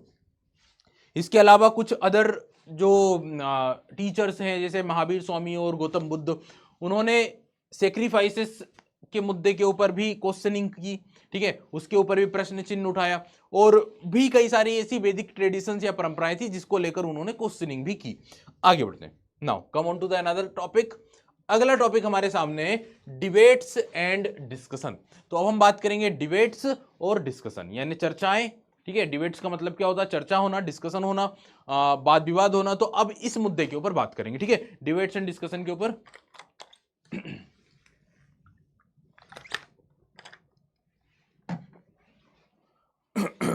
वी गेट अ ग्लिम्स, हमें एक झलक मिलती है लाइवली डिस्कशन यानी जीवंत चर्चाओं की। कहां से मिलती है भाई? बौद्ध धर्म के ग्रंथों से। बौद्ध धर्म के ग्रंथों से पता चलता है इस तरह की लाइवली डिस्कशन यानी जीवंत चर्चाओं के बारे में हमें कुछ जानकारी मिलती है, हमें कुछ झलक मिलती है। और साथ ही साथ बौद्ध ग्रंथों से यह पता चलता है कि उस समय पर 64 यानी 64 परंपराएं उस समय पर एग्जिस्ट कर रही थी। 64 संप्रदाय या परंपराएं उस समय पर या मान्यताएं थी जो उस समय पर एग्जिस्ट कर रही थी। ये बात आप लोगों को समझ में? ये कहां से पता चला? वी गेट अ ग्लिम्स, हमें झलक मिलती है ऑफ लाइवली डिस्कशन यानी जीवंत चर्चाओं की। कहां से? एंड डिबेट्स की, चर्चाओं की, डिबेट्स की, वाद विवाद की, from the Buddhist text, Buddha धर्म के ग्रंथों से, बुद्ध परंपराओं से। ठीक है, और ये पता चलता है कि भाई एक या दो परंपराएं नहीं है या तीन परंपराएं नहीं है, जैसे कि वैदिक परंपरा, ऋग्वैदिक परंपरा, पोस्ट वैदिक परंपरा, ब्राह्मण परंपरा, ये सब नहीं। इसके अलावा जैन और बौद्ध के अलावा कितनी है? 64 यानी ओवरऑल 64 परंपराएं हैं उस समय पर एग्जिस्ट कर रही थी। ठीक है, 64 सेक्ट्स और स्कूल ऑफ थॉट्स उस समय पर थे। आप लोगों ने आजीवक परंपरा के बारे में, आजीवक ट्रेडिशंस के बारे में भी सुना होगा। जैन बौद्ध के अलावा एक आजीवक ट्रेडिशन भी काफी उस समय पर इन्फ्लुएंस था। तो आगे देखिए, यहां से पता चलता है कि जो टीचर्स थे, जो थिंकर्स थे, वो ट्रेवलिंग किया करते थे, लंबी लंबी यात्राएं कवर करते थे, लंबी लंबी दूरी पर लोग जाते थे। टीचर्स वगैरह ट्रेवल किया करते थे, जैसे महावीर स्वामी, गौतम बुद्ध हो गए, तो लंबी लंबी यात्राएं करते थे और अपनी जो नॉलेज है अबाउट द वर्ल्ड, इस दुनिया के बारे में, जो उनकी फिलोसॉफी है, जो उनका दर्शन है, जो उनका नॉलेज है, इसको वो एक दूसरे के साथ डिस्कस करते थे, एक दूसरे के साथ बातचीत करते थे। फॉर एग्जाम्पल, जैसे मान लो दो टीचर हैं, ठीक है, एक ए और एक बी, तो ये लोग क्या करते हैं? लंबी लंबी ट्रेवलिंग करते हैं, लंबी लंबी यात्रा करते हैं, फिर एक जगह पर वो आते हैं, एक जगह पर वो आते हैं। मान लो ये दोनों लोग एक जगह पर आए, एक लोकेशन पर आए। अब जिस लोकेशन पर बेटा ये लोग आते हैं, डिस्कशन करते हैं ना, उस जगह को कहा जाता है क्या? ये एक हट टाइप होती है, एक झोपड़ी टाइप होती है। ठीक है, उस जमाने में, उस समय पर इसे कुठागारशाला कहा जाता था। क्या कहा जाता था? कुठागारशाला। कुठागारशाला मतलब एक हट है, एक झोपड़ी है, जिसका जो ऊपर वाला हिस्सा है वो पॉइंटेड है यानी नुकीला है। इस तरह से झोपड़ी बनाई जाती थी। ठीक है, तो इस तरह से झोपड़ी वगैरह होती थी। अब इस तरह से मान लो बना दी जाती थी, तो कुठागारशाला कहा जाता था। तो ये लोग क्या करते थे? इस तरह से इन जगहों पर आते थे, वहां पर चर्चा करते थे, वाद विवाद करते थे, अपना जो भी फिलोसॉफी है, अपना जो भी वर्ल्ड के बारे में जो नॉलेज उनके उनके पास है, उसको लेकर वो एक दूसरे से चर्चा करते थे। अब यहाँ पर दो लोग हैं, जैसे कि ए एक टीचर है, फिलोसोफर है, बी एक टीचर, एक फिलोसोफर है। तो ये अपनी बात बोल रहे हैं, अपनी नॉलेज यहाँ पर डिलीवर कर रहे हैं इस जगह के अंदर। और अगर इन्होंने बी को कन्विंस कर लिया, अगर इन्होंने बी को सेटिस्फाई कर दिया, ठीक है, अगर बी संतुष्ट हो गए कि हाँ भाई ये जो बोल रहे हैं वो एकदम सही बात है, इनको मुझसे ज्यादा नॉलेज है, तो बी जो टीचर हैं उनके जितने भी फॉलोअर्स हैं और साथ ही साथ बी क्या होंगे? इनके साथ आकर मिल जाएंगे। यानी इन्होंने इनकी बातों से इन्फ्लुएंस होकर उन्होंने इनकी अंडर वो एक्सेप्ट कर लिया, उनके ट्रेडिशंस को अपना लिया, परंपराओं को अपना लिया, उनके वो शिष्य बन गए। तो इस तरह से उस समय पर ये जो 64 परंपराएं थी, उनका जो नंबर ऑफ फॉलोअर्स था वो कम होता था, कभी बढ़ जाता था। क्योंकि अगर कोई एक टीचर दूसरे टीचर को अपनी बातों से, अपने नॉलेज से अगर उसको एक्सप्लेन करता है, उसको समझाता है, और अगर वो उसकी बातों से सेटिस्फाई होकर संतुष्ट हो जाता है, तो इस तरह से नंबर ऑफ जो फॉलोअर्स थे वो कम होते और ज्यादा होते रहते थे। ठीक है, तो ये बात आपको समझ में आ गई होगी। Teachers travelled from place to place, ये जो टीचर्स थे एक जगह से दूसरी जगह ट्रेवल किया करते थे, trying to convince one another as well as lay person, और उनके जो भी शिष्य वगैरह उनको समझाते थे, एक्सप्लेन करते थे about the validity of their philosophy, अपनी फिलोसॉफी के बेसिस पर, अपने नॉलेज, अपने ज्ञान के आधार पर वो एक्सप्लेन करते the way of understood the world, और दुनिया को वो किस तरह से जानते समझते। ये जो डिबेट्स होती थी, ये जिस जगह पर होती थी वो एक झोपड़ी नुमा एरिया होता था, जिसे कुठागारशाला कहा जाता है। सभी लोगों को बात समझ में आ गई? तो हमने डिबेट्स और डिस्कशन के बारे में ये चर्चा करी। आगे बढ़ते हैं ना। मेनी ऑफ दिस टीचर्स, अब ये जो टीचर्स हैं इनमें कई सारे ऐसे टीचर्स थे, जैसे कि महावीर स्वामी और गौतम बुद्ध। इनमें से कई सारे टीचर्स जैसे गौतम बुद्ध और महावीर स्वामी, इन्होंने वैदिक ट्रेडिशंस को लेकर क्या किया? इसको लेकर प्रश्न उठाए, इसको लेकर क्वेश्चन किए। Question the authority of Vedas, वेदों की अथॉरिटी, वेदों की जो अथॉरिटी है, जो प्रश्न है उसको लेकर उन्होंने प्रश्न किया, ठीक है। दे ऑल्सो एम्फेसाइज्ड इंडिविजुअल, साथ ही साथ उन्होंने एम्फेसाइज किया कि हर एक व्यक्ति, जैसे हम अभी जैन जो फिलोसॉफी है, बौद्ध जो फिलोसॉफी, उसको पढ़ेंगे, और इन्होंने क्वेश्चनिंग करी, प्रश्न किया कि भाई या इन्होंने ये एक्सप्लेन किया, ये समझाया कि इंडिविजुअल लेवल पर हर एक व्यक्ति अपने स्तर पर मोक्ष को प्राप्त कर सकता है, इनकारनेशन को प्राप्त कर सकता है, फ्री हो सकता है, मुक्त हो सकता है, और सांसारिक दुखों से फ्री होकर वो मोक्ष को प्राप्त कर सकता है अपने स्तर पर, अपने लेवल पर, इंडिविजुअल लेवल पर। ये इन्होंने एक्सप्लेन किया, ये इन्होंने एम्फसाइज किया है, इसके ऊपर उन्होंने जोर दिया है। और ये एंटायरली पूरी तरह से एकदम अपोजिट है किससे? बुद्ध ब्राह्मणिकल ट्रेडिशन से, ब्राह्मणिकल परंपराओं से। क्योंकि ब्राह्मणिकल परंपराओं में तो क्या किया गया है कि हर एक व्यक्ति का जो अस्तित्व है, जो एग्जिस्टेंस है, वो जुड़ा हुआ है उसकी जाति से या उसके जेंडर से, ठीक है।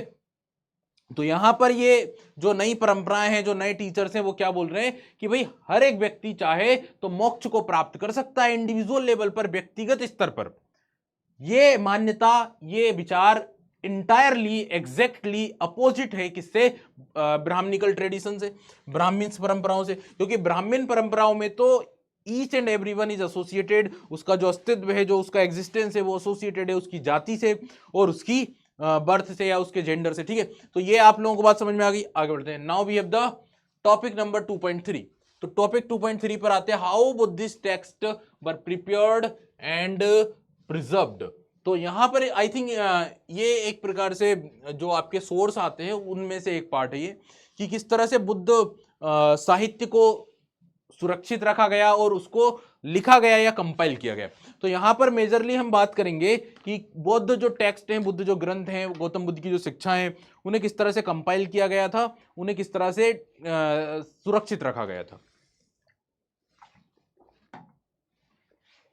यहां पर एक चीज जो आपके लिए बहुत ही जरूरी है वो ये कि गौतम बुद्ध ने के समय पर उनके द्वारा जो भी बातें बताई गई थी, उनके समय पर, उनकी लाइफ में, जब भी वो डिबेट किया करते थे, या डिबेट इन द सेंस कि जब वो अपने बातों को या स्पीच जब देते थे, सेरमन्स जब डिलीवर करते थे, या लोगों से अगर डिस्कस कर रहे हैं, डिबेट कर रहे हैं, तो सारी चीजें ओरली होती थी।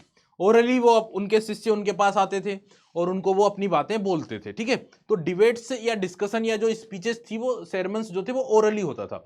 किसी ने भी उनके समय पर, उनकी लाइफ के समय पर चीजों को कंपाइल नहीं किया, यानी लिखा नहीं था, सब कुछ ओरली चल रहा था, ठीक है। ये बात आपको समझ में आ गई।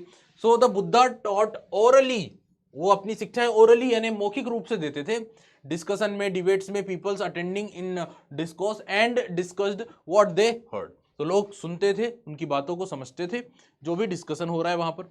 कभी भी लिखा नहीं गया, उनकी लाइफ टाइम पर चीजों को लिखा नहीं गया, ठीक है। None of the Buddha's speeches were written down during his lifetime, ठीक है। लेकिन जब उन्हें मोक्ष की प्राप्ति हुई, यानी जब उन्हें महापरिनिर्वाण प्राप्त हुआ, उसके बाद चीजों को कंपाइल किया गया, उनके द्वारा कही गई बातों को, स्पीचेस को कंपाइल किया गया। और ये कंपाइल करवाया किसने? राजा महाराजाओं ने, क्योंकि राजा महाराजा बुद्ध धर्म के अनुयायी थे।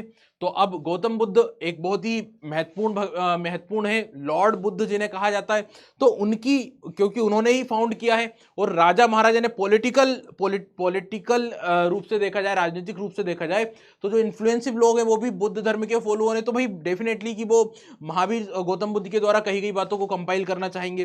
तो जब हम राजा महाराजाओं की बात करते हैं तो उनके द्वारा टेक्स्ट को कंपाइल कराया गया। और जब बौद्ध धर्म की काउंसिल्स हुए, बड़े बड़े 4 काउंसिल्स आप लोगों ने सुने होंगे बौद्ध धर्म के, तो during the third council, second council, जो दूसरी काउंसिल थी, जो दूसरी संगीति थी, जो वैशाली नामक स्थान पर, जो बिहार में आती है, I think this place is located in Bihar, तो बिहार में ही जगह आती है वैशाली। वहां पर जब सेकेंड काउंसिल हुई थी बौद्ध धर्म की, तो वहां पर इस तरह से टेक्स्ट कंपाइल किए गए, ग्रंथों को कंपाइल किया गया, गौतम बुद्ध की बातों को, जो उन्होंने स्पीचेस में बातें बोली थी, उन्हें धीरे धीरे कंपाइल करना शुरू हुआ। तो ये चीजें शुरू हुई कहां पर? जो काउंसिल्स हुई थी कहां पर? वैशाली में, ठीक है, वैशाली में। अब आगे देखते हैं। तो ये जो कंपाइलेशन हुआ है गौतम बुद्ध की बातों को जिन ग्रंथों में, उन्हें बेटा पिटक कहा जाता है या त्रिपिटक कहा जाता है। क्या कहा जाता है? त्रिपिटक। 3 पिटक लिखे गए हैं, गौतम बुद्ध की बातों को कंपाइल किया गया है, जहां पर उसे क्या कहा, या बौद्ध धर्म से एसोसिएटेड जो चीजें हैं उसे कंपाइल किया गया, जिन ग्रंथों में उन्हें क्या कहा जाता है, त्रिपिटक कहा जाता है। किस भाषा में यह कंपाइल किया गया, तो बेटा इन ग्रंथों को जो कंपाइल किया गया है, ये किया गया है आपका पाली भाषा में। कौन सी भाषा में, पाली, क्योंकि गौतम बुद्ध ने अपनी जो स्पीचेस दिए थे वो पाली भाषा में दिए थे, इसलिए ग्रंथों को भी पाली भाषा में कंपाइल किया गया। तो यहां पर आप लोग देखें, त्रिपिटक में सबसे पहला आता है विनय पिटक, दूसरा होता है सुत्त पिटक, और तीसरा होता है अभिधम्म पिटक।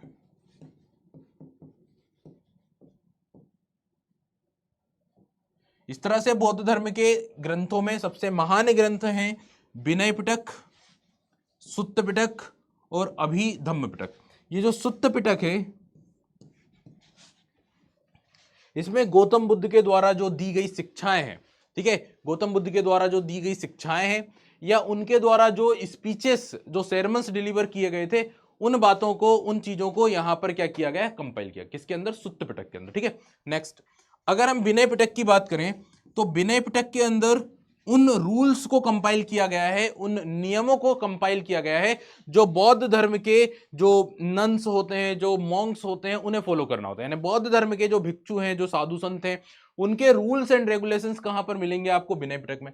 And then come on to the third Pitaka, that is Abhidhamma Pitaka. Abhidhamma Pitaka के अंदर बौद्ध धर्म के फिलोसॉफिकल प्रिंसिपल्स, यानी दार्शनिक जो सिद्धांत हैं, फिलोसॉफिकल जो रूल्स रेगुलेशंस हैं, उन्हें कंपाइल किया गया अभिधम्म पिटक में, ठीक है। तो इस तरह से त्रिपिटक बौद्ध धर्म के सबसे सेक्रेड लिटरेचर में से एक होते हैं, माने जाते हैं, और सबसे पहले इन्हें कंपाइल किया गया था वैशाली में, जब काउंसिल हुई थी, सेकंड काउंसिल, ठीक है। चलिए आगे बढ़ते हैं। Now come on to the another topic, that is topic number 3, beyond the worldly pleasure the message of Mahavir, यानी कि सांसारिक या लौकिक सुखों से परे, लौकिक सुखों से परे महावीर स्वामी का संदेश। आप लोगों ने जैन धर्म को काफी देखा होगा, सुना होगा। आप लोग सोसाइटी में, हमने जैन सोसाइटी, जैन परंपराएं आप लोग देखते होंगे, समझते होंगे, जानते होंगे। जैन परंपरा, जैन फिलोसॉफी में बहुत ही महत्वपूर्ण जो सिद्धांत होते हैं, उसमें सबसे बड़ा सिद्धांत होता है क्या, अहिंसा का सिद्धांत। अभी हम बात करेंगे अहिंसा की सिद्धांत के बारे में। और अहिंसा के सिद्धांत ने इंडियन सोसाइटी को बहुत इन्फ्लुएंस किया, भारत की समाज को, भारत के समाज को बहुत ज्यादा प्रभावित किया जैन धर्म की इस फिलोसॉफी में।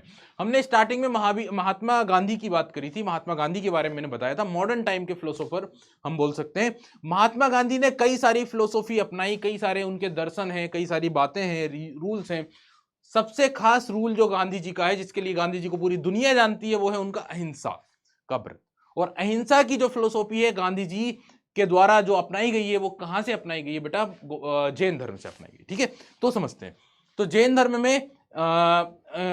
में महावीर स्वामी का जो संदेश है उसको समझेंगे, और यहां पर बात करेंगे बियॉन्ड द वर्ल्डली प्लेजर, यानी सांसारिक सुखों से परे।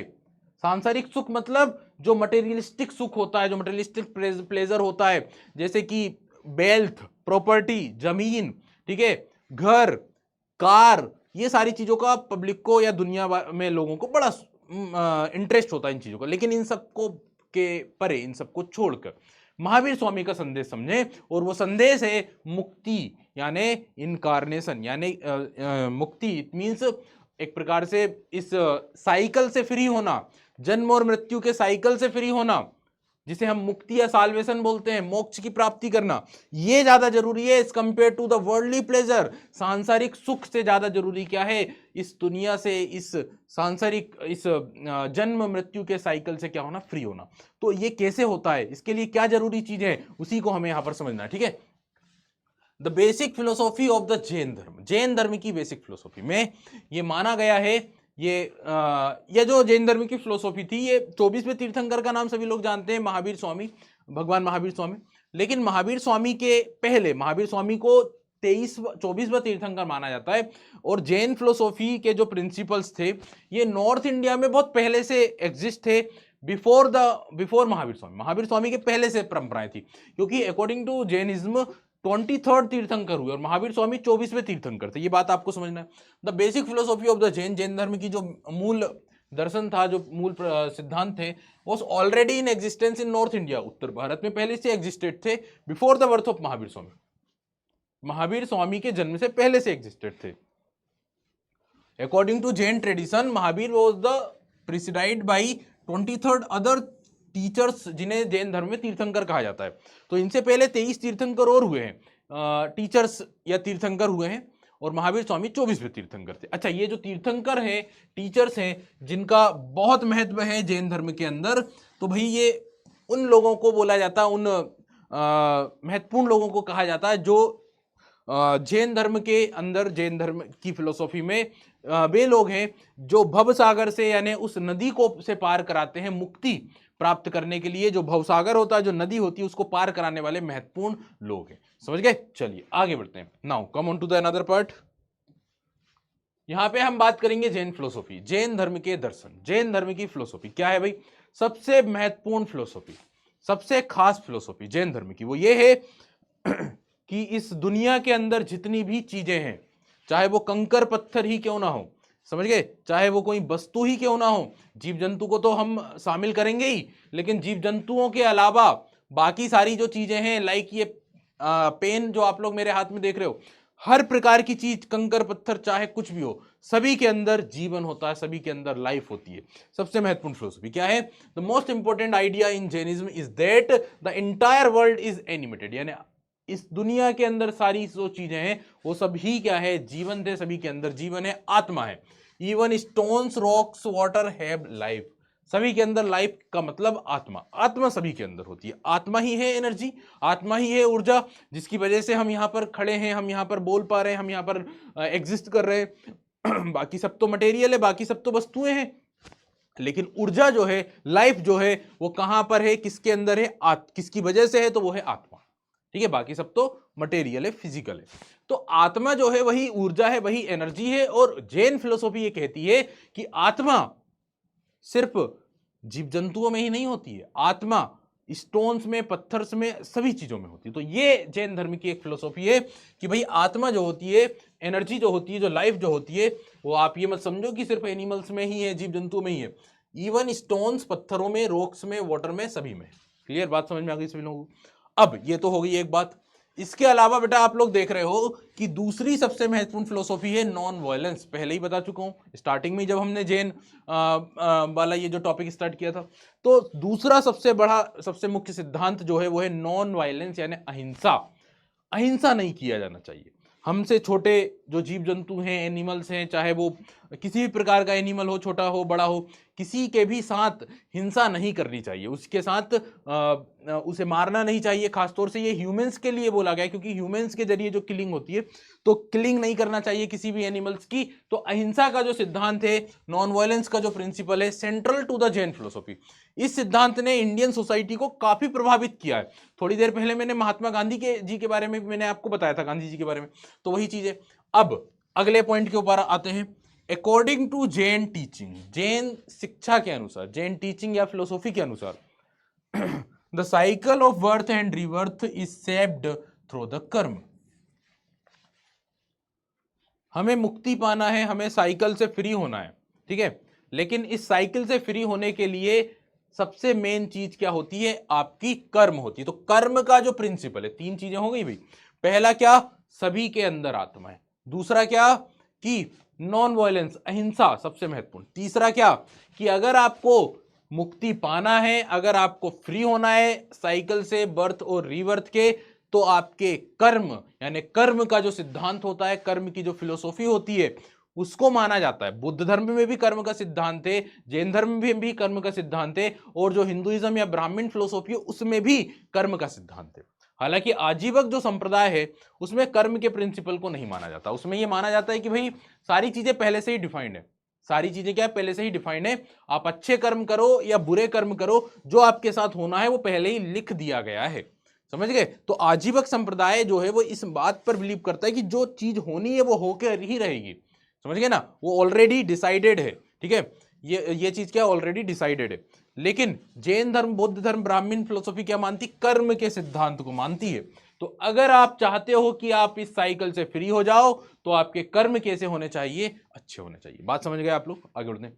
तो अब आप लोग देख रहे हैं, इसीलिए कर्म अच्छे हो, इसीलिए जैन धर्म में एस्केटिज्म, यानी कि आप साधुओं की तरह जीवन जिए, आपने जो गलत कर्म किए उसका आप पश्चाताप करें, इसीलिए जैन धर्म में बिहारों की परंपरा की गई है कि आप बिहारों में रहिए, पश्चाताप करिए, साधुओं की तरह रहिए, जिससे कि आपने अगर गलत कर्म किए हैं तो उनका इंपैक्ट खत्म हो जाए। और एक और चीज है, और वो है जीवन में 5 व्रतों का पालन करना। अगर 5 व्रतों का पालन किया जाएगा, जैन धर्म में 5 व्रत बताए गए, तो आपके जो भी आपने गलत कर्म किए उनके रिजल्ट खत्म हो जाएंगे और आप मोक्ष को प्राप्त कर पाएंगे। क्योंकि मोक्ष या मुक्ति के प्राप्ति के लिए एक ही तरीका है, और वो क्या है? कर्म। कर्म अच्छे होने चाहिए, ठीक है। और कर्म अच्छे करने के लिए आपको क्या करना पड़ेगा? 5 व्रतों का पालन करना पड़ेगा, आपको बिहारों में रहना पड़ेगा, साधुओं की तरह जीवन जीना पड़ेगा। सो ये 5 प्रिंसिपल्स ऑफ जैनिज्म क्या है कि किसी भी प्रकार की किलिंग यानी हिंसा नहीं करना चाहिए, अहिंसा का सिद्धांत, ठीक है। स्टीलिंग यानी चोरी नहीं करना चाहिए, लेइंग यानी झूठ नहीं बोलना चाहिए। तो यहां पर इन चीजों के को क्या किया गया? एब्सटेन किया गया है कि किलिंग नहीं होना चाहिए, स्टीलिंग चोरी नहीं होनी चाहिए, और लेइंग यानी झूठ नहीं बोलना चाहिए। इसके अलावा टू ऑब्जर्व सेलिबेसी यानी ब्रह्मचर्य का पालन, जैन धर्म में ब्रह्मचर्य के पालन को भी इन 5 व्रतों में से एक माना गया। And then at the end last है to abstain from the possessing property, यानी संपत्ति को पजेस करने का, प्रॉपर्टी को पजेस करने की बहुत ज्यादा जरूरत नहीं है। इसको भी एक प्रकार से एब्सटेन किया गया है, इस पर भी रोक लगाई गई है कि संपत्ति के प्रति बहुत ज्यादा अट्रैक्ट नहीं होना चाहिए, ठीक है। जैसे जनरली हमारी इच्छा होती है कि बहुत सारी प्रॉपर्टी हो, बहुत सारी जमीन जायदाद दौलत हो, अच्छी अच्छी कार हो, अच्छे अच्छे मोबाइल फोन्स हो, ये एक हमारी प्रॉपर्टी की रिक्वायरमेंट्स होती है, ये वर्ल्डली प्लेजर की हमारे अंदर भूख होती है। जैन फिलोसॉफी ये बोलता है कि बहुत ज्यादा आपकी भूख नहीं होना चाहिए, किस चीज को लेकर? प्रॉपर्टी, संपत्ति को लेकर, समझ गए? चलिए, तो ये तो हो गई भाई जैन फिलोसॉफी, जैन धर्म के सिद्धांत। अब आगे आते हैं, और एक टॉपिक और यहां पर आ रहा है, that is the spread of Jainism. Jain धर्म का स्प्रेड, जैन धर्म का विस्तार। हालांकि जैन जो रिलीजन का स्प्रेड हुआ, फिलोसॉफी या रिचुअल्स या प्रिंसिपल्स का जो स्प्रेड हुआ, वो इंडियन सब कॉन्टिनेंट के अंदर ही हुआ, भारतीय उपमहाद्वीप में ही हुआ, नॉर्थ इंडिया और साउथ इंडिया में। यानी जैसे बुद्धिज्म है, अगर कंपेयर किया जाए, दोनों रिलीजन परंपराएं एक साथ ओरिजिनेट हुई हैं इंडिया में, लेकिन बुद्धिज्म दुनिया भर के अंदर एक मेजर रिलीजन के रूप में उभरा है, इमर्ज हुआ है। लेकिन जैनिज्म और बुद्धिज्म में देखा जाए तो जैनिज्म सिर्फ इंडियन सब कॉन्टिनेंट के अंदर ही है, ठीक है। इंडिया के अंदर नॉर्थ और साउथ, ईस्ट वेस्ट सभी जगह पर, ठीक है। चलिए आगे बढ़ते हैं। तो gradually Jainism spread to the many part of India, धीरे धीरे जैन धर्म भारत के अलग अलग हिस्सों में फैल गया। तो बुद्ध धर्म की तरह ही जैन धर्म के भी जो फिलोसोफर्स थे, जैन धर्म के भी जो अनुयायी थे, उन्होंने भी ग्रंथ लिखे, उन्होंने भी टेक्स्ट लिखे, और टेक्स्ट में बहुत सारी चीजों को कंपाइल किया गया। जो टेक्स्ट लिखे गए वो अलग अलग भाषाओं में लिखे गए। मेजर जो टेक्स्ट हैं जैन धर्म के, वो प्राकृत भाषा में लिखे गए, क्योंकि महावीर स्वामी की जो भाषा थी वो प्राकृत भाषा थी, तो प्राकृत में लिखे गए। इसके अलावा तमिल भाषा जो थी, उसमें भी जैन धर्म के ग्रंथों को लिखा गया, संस्कृत में भी लिखा गया। तो प्राकृत, संस्कृत और तमिल भाषाओं में जैन स्कॉलर्स ने, जैन विद्वानों ने, जैन धर्म के अनुयायियों ने बातों को लिखा है, ठीक है। ये जो ग्रंथ थे, ये लंबे समय तक, और आज भी जो इंडियन सब कॉन्टिनेंट के अंदर जो धार्मिक स्थान है, मंदिर हैं जैन धर्म के, वहां से जुड़े हुए संग्रहालयों में आज भी संरक्षित हैं, आज भी रखे हुए, प्रिजर्व हैं, ठीक है। तो ये तो हो गई बात लिटरेरी वर्क जो हुए, साहित्यिक जो कार्य है। इसके अलावा अगर हम मॉन्यूमेंट्स की बात करें, स्मारकों की या मूर्तियों की बात करें, तो इंडियन सब कॉन्टिनेंट के अंदर या इंडिया के अंदर जो अर्लीस्ट मॉन्यूमेंट्स या स्टेच्यूज, स्कल्पचर्स हैं जो मिले हैं अलग अलग जगहों से, भारत की प्रारंभिक जो मूर्तियां हैं वो जैन धर्म से ही संबंधित है, जैन तीर्थंकर या टीचर्स की हैं। जैसे आप लोगों ने कई सारी मूर्तियों के बारे में सुना होगा, ऋषभ देव की मूर्तियां हैं, बाहुबली की मूर्ति जो है, स्टेचू जो है, ठीक है, जो साउथ इंडिया से मिली है, श्रवण बेलगोला नामक स्थान पर। इस तरह से बहुत सारे अर्लीस्ट जो स्टेच्यूज हैं इंडिया के अंदर जो जैन धर्म से एसोसिएटेड है, वो भी रिकवर्ड किए गए हैं, वो भी मिले हैं, ठीक है। So some of the earliest stones sculpture, stones के, पत्थरों के बहुत सारे जो मूर्तियां, स्कल्पचर्स हैं जैन तीर्थंकरों के, recovered from the several sites through out the Indian subcontinent, समझिए। तो इस तरह से जैन धर्म स्प्रेड हुआ इंडिया के अलग अलग हिस्सों में, नॉर्थ में भी और साउथ में। Now we have few questions, कुछ क्वेश्चंस को सॉल्व करेंगे, इनके आंसर्स आपको कमेंट करके बताना है। First question, in ancient India कुठागारशाला रेफर्स टू, प्राचीन भारत में ये जो टर्म है कुठागारशाला क्या रेफर करती है? आपको आंसर कमेंट करके बताना है। A place where children of high Brahmins family were given education, यानी जो ब्राह्मण परिवार के लोग थे, जो ऊंचे ऊंचे ब्राह्मण परिवार के लोग, उनके बच्चे जो थे, उन्हें वहां पर शिक्षा दी जाती थी। A place where head of the tribe resided, यानी जहां पे ट्राइब्स जो जनजाति होती है उनके जो सरदार या राजा होते हैं, हेड होते हैं, वो रहते थे। A place where debated between philosophers took place, ऐसी जगह जहां पे फिलोसोफर्स या दार्शनिक बैठकर चर्चा करते थे, डिबेट करते थे, या नन ऑफ द अबव। इसका आंसर आपको कमेंट करना है, मैं चेक करूंगा। नेक्स्ट क्वेश्चन पर आते हैं। अगला क्वेश्चन है, Sanchi was declared the world heritage site in the year. Sanchi को विश्व विरासत सूची में, जो यूनेस्को की वर्ल्ड हेरिटेज साइट की जो लिस्ट होती है उसमें इंक्लूड किया गया है। किस ईयर में इंक्लूड किया गया? हालांकि ये क्वेश्चन हमने सांची के बारे में बात की थी, लेकिन ये वाला पॉइंट नहीं डिस्कस किया था। ये वाला जो इन्फॉर्मेशन है आपको जो लास्ट में टाइमलाइन दी हुई है वहां पर मिलेगा। तो आपको इसका आंसर देखना है क्या है, 1889, 1950, 1850 या फिर 1989। So what will be the correct answer of this particular question? Now come on to the another question. Sanchi के बाद हम आते हैं अगले क्वेश्चन पर। The Buddha gave her teachings. Buddha ने अपनी जो टीचिंग्स थी, जो अपनी शिक्षा थी, वो किस तरह से दी थी? ठीक है, the Buddha give her teachings, Buddha के द्वारा अपनी शिक्षाएं दी गई थी। ओरली, थ्रो इंस्क्रिप्शंस यानी मौखिक रूप से, या अभिलेखों के माध्यम से, through the discussion and debates और डिस्कशन के जरिए, या both a and c correct? इन दोनों में से ए और सी दोनों ही करेक्ट है। ठीक है, बुद्ध गेव हिम, ठीक है, बुद्ध गेव हिज टीचिंग्स। ठीक है, बुद्ध गेव हिज टीचिंग्स। तो किस तरह से उन्होंने अपनी शिक्षाएं दी थी? तो ओरली दी थी, मौखिक रूप से दी थी, डिस्कशन या डिबेट्स में दी थी, या फिर थ्रू इंस्क्रिप्शन दी थी? आपको इसका आंसर कमेंट करके बताना। ठीक है, now come on to the another question.